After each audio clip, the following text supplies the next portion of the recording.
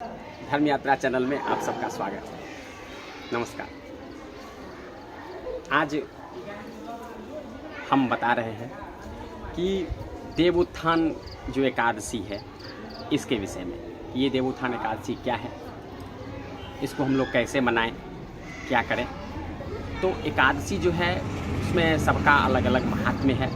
उसमें कुछ जो है वो खास हो जाता है, जैसे पुत्रदा एकादशी, हरिशयन एकादशी, देवोत्थान एकादशी, इस तरह से जो हैं कुछ हैं जो इम्पोर्टेंट। वैसे एकादशी जो है उसका सबका महात्म्य सब बराबर है, उसका सबका है, लेकिन कुछ एकादशी ग्रंथ में ऐसे कहा गया है कि उसका जो है स्ट्रॉन्गनेस थोड़ा अधिक है, उसका पूजा पाठ में अलग से विधि है उसका। तो इसी तरह से हम लोग जो अभी मनाने जा रहे हैं, शुक्रवार को है 4 तारीख को, वो है देवोत्थान एकादशी। देवोत्थान एकादशी में है कि हम जो देव हैं, हमारे देवों के देव जो विष्णु हैं, विष्णु के जो अवतार हैं, राम हुए हैं, कृष्ण हुए हैं, तो वो उनको हमको जगाना है। तो अब यहाँ पर प्रश्न ये बनता है कि क्या वो सो जाते हैं? तो ये बात है कि कहा जाता है कि 6 महीने के लिए जो है विष्णु वो शयन में चले जाते हैं और 6 महीने वो जागते हैं।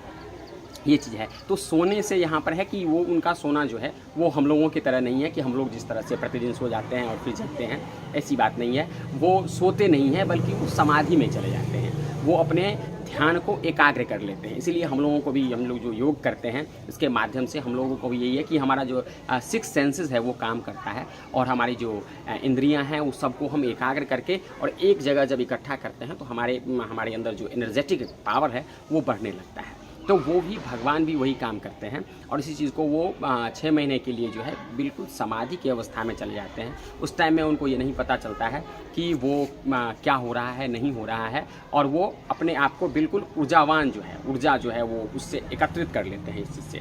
ये जो है ये कहा गया है। तो इस तरह से देवोत्थान एकादशी हरिशयन एकादशी होती है। आज के 6 महीने बाद जो है वो हरिशयन एकादशी होगी, जबकि हरि कहा गया है भगवान विष्णु को। तो भगवान विष्णु जो है वो शयन की अवस्था में चले जाएंगे, समाधि की अवस्था में जाएंगे। तो वो समाधि से अब उनको जगाने की जो है वो समय आ गया है। तो अब हम लोग उनको जगाएंगे। तो उसको हम लोग देवोत्थान एकादशी, देव उत्थान माने देवता को हम जगाएंगे, उठाएंगे, इस तरह से। तो हमारे शास्त्र में कहा गया है कि जब कोई भी व्यक्ति, कोई भी जीव जब निंद्रा की अवस्था में हो, सुसुप्ता अवस्था में हो, सोया अवस्था में हो, तो उसे हमको जगाना नहीं चाहिए। अगर हम उसको जगाते हैं तो हमको पाप लगता है, प्रायश्चित लगता है उसको। अगर हम किसी को सोए हुए को अगर हम जाग के जगाते हैं तो अब जगाना, अगर हम कोई पथिक है, अब वो पथिक अगर जा रहा है उसको अगर हम नहीं जगाते हैं और उसका उस टाइम में जो है उसको ट्रेन है या फिर किसी भी जो यातायात का साधन से उसको जाना है, अब उसको अगर हम उस टाइम में नहीं जगाते हैं तो वो मिस कर जाएगा वो। तो क्या उस टाइम में हम क्या करेंगे? बहुत सारी समस्या। कोई स्टूडेंट है, मान लीजिए वो पढ़ रहा है, पढ़ते पढ़ते नींद आ गई, अगर वो सो गया, कुछ देर के बाद उसका एग्ज़ाम है, अगर उस एग्ज़ाम के टाइम में उसको हम नहीं जगाते हैं तो फिर क्या उसका एग्ज़ाम वो क्या दे पाएगा? उस टाइम में हम क्या करेंगे? इस तरह से। लेकिन शास्त्र ये बात जो है, ग्रंथ हमारा ये बात को बार बार कहता है कि अगर सो जाता है कोई व्यक्ति, इसमें जीव जंतु की भी बात की गई है कि अगर कोई सोया हुआ है तो उसे हमें नहीं जगाना चाहिए। अगर हम जगाते हैं तो उसका हमें दोष लगता है। लेकिन जगाने का तरीका है कि उसको हम बड़े प्यार से अगर हम जगाते हैं तो उसमें उसकी जो है कोई भी प्रायश्चित हमको नहीं भोगना पड़ता है, कोई भी हमको पाप उसके लिए नहीं लिखता है। ये चीज़ जो है ये करता है कि हम अपने घर परिवार में भी अगर किसी को जगाएं, हम ये आप लोगों के लिए भी हमारे वीडियो के माध्यम से हम पहुंचाना चाहते हैं कि घर परिवार में भी अगर कोई सोया हुआ है तो उसे बड़े प्यार से, आराम से उसको जगाना चाहिए, ताकि उसको वो चिड़चिड़ा ना हो जाए। और इसमें एक चीज़ और ये भी है कि जब हम सोए हुए होते हैं तो हमारा जो साइंटिफिक रीज़न है ये भी है कि ब्लड जो है हमारा वो उसका जो सर्कुलेशन है वो कम हो जाता है। अगर हम एक बार जागते हैं अचानक से तो हार्ट बीट हमारा तेज़ हो जाता है। क्योंकि क्यों हार्ट बीट तेज़ हो जाता है? तो ब्लड सर्कुलेशन जो है एट रैंडम बहुत स्पीड से वो भागता है। तो एट रैंडम भागने से जो है वो हम देखते हैं कि कई बार आदमी होता है कि ये क्या हो गया, क्यों जगाए हो, वो परेशान हो जाता है। तो इस तरह से हमको जगाना चाहिए बहुत आराम से। तो हम अब आते हैं देवोत्थान एकादशी पर। तो जो देवता जो हैं, जो हमारे विष्णु हैं, जब वो सुसुप्ता अवस्था में रहते हैं तो अब उनको हमको जगाने का वक्त आ गया है। तो हम लोग जो समाधि में हैं, तो समाधि से अब हमको जागृता अवस्था में लाना है। तो इसके लिए जो है हम लोग शुक्रवार को देवोत्थान एकादशी मना रहे हैं। ये एकादशी कार्तिक का एकादशी है। कार्तिक में ही ये एकादशी, कार्तिक शुक्ल पक्ष में ये जो एकादशी होता है वो देवोत्थान एकादशी होता है। तो उस दिन जो है दूसरा एकादशी आप लोग करें या ना करें, लेकिन इस एकादशी को आप लोग निश्चित तौर पर जो है इसका व्रत रखें। और इसमें व्रत रखने का जो है वो विधान हम बताएंगे लास्ट में क्या है। तो उसमें हम देवोत्थान एकादशी के दिन जो है वो पूरे दिन जो है हम व्रत करते हैं, रात में भी व्रत करते हैं, रात में फलाहार लेते हैं, अन्न ग्रहण नहीं करते हैं। वैसे हर एक एकादशी में अन्न ग्रहण करने की जो है वो प्रावधान नहीं है। रात में हम फल लेते हैं और फल लेने के बाद सवेरे में फिर से भगवान जी की जो आरती होती है, भगवान जी की जो चरणामृत होती है, उसका हम ग्रहण करते हैं। और उसके बाद फिर हम भोजन जो है वो अपना अन्न जो है वो ग्रहण करते हैं। ये चीज़ है।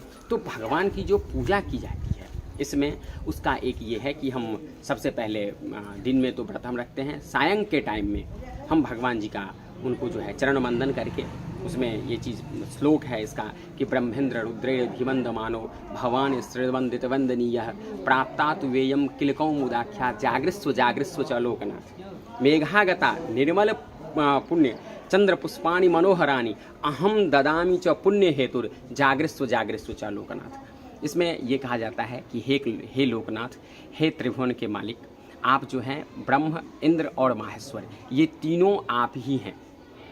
ये तीनों के कर्ता धर्ता आप ही हैं। आप समाधि से जागृता अवस्था में आ जाइए।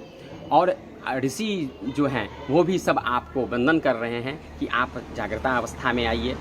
मेघ जो है वो छट गया है, अब वर्षा की ऋतु नहीं है, बहुत बढ़िया जो है वो ऋतु है। और यहाँ पर जो है एक चीज़ की बहुत प्रधानता है यहाँ पर कि फूल, गेंदा का फूल होता है जो आज के दिन से ही विष्णु को चढ़ाया जाता है।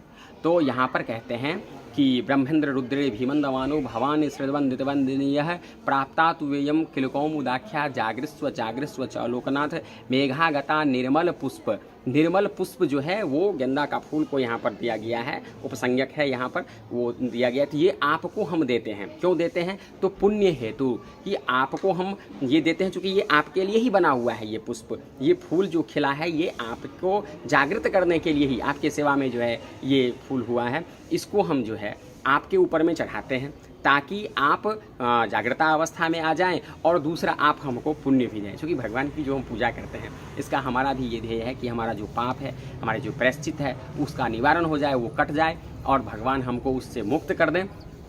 और जो है हम अपने जो नेक कर्म है, हमारा नेक जो पुण्य हमारा कर्म है उस पर हम मार्गदर्शित हों, पथ प्रदर्शित हों, उस पर हम चलें, दूसरे को भी हम इस चीज़ को कहें। तो भगवान का उपासना हम इसी के लिए करते हैं। तो उस दिन जो है हम गेंदा का फूल भगवान विष्णु को चढ़ाते हैं और भगवान विष्णु को ये बात हम बताते हैं, उनको मंत्र के माध्यम से ये चीज़ हम कहते हैं कि हे त्रिभुवन के स्वामी, हे त्रिलोकीनाथ, आप जग जाइए।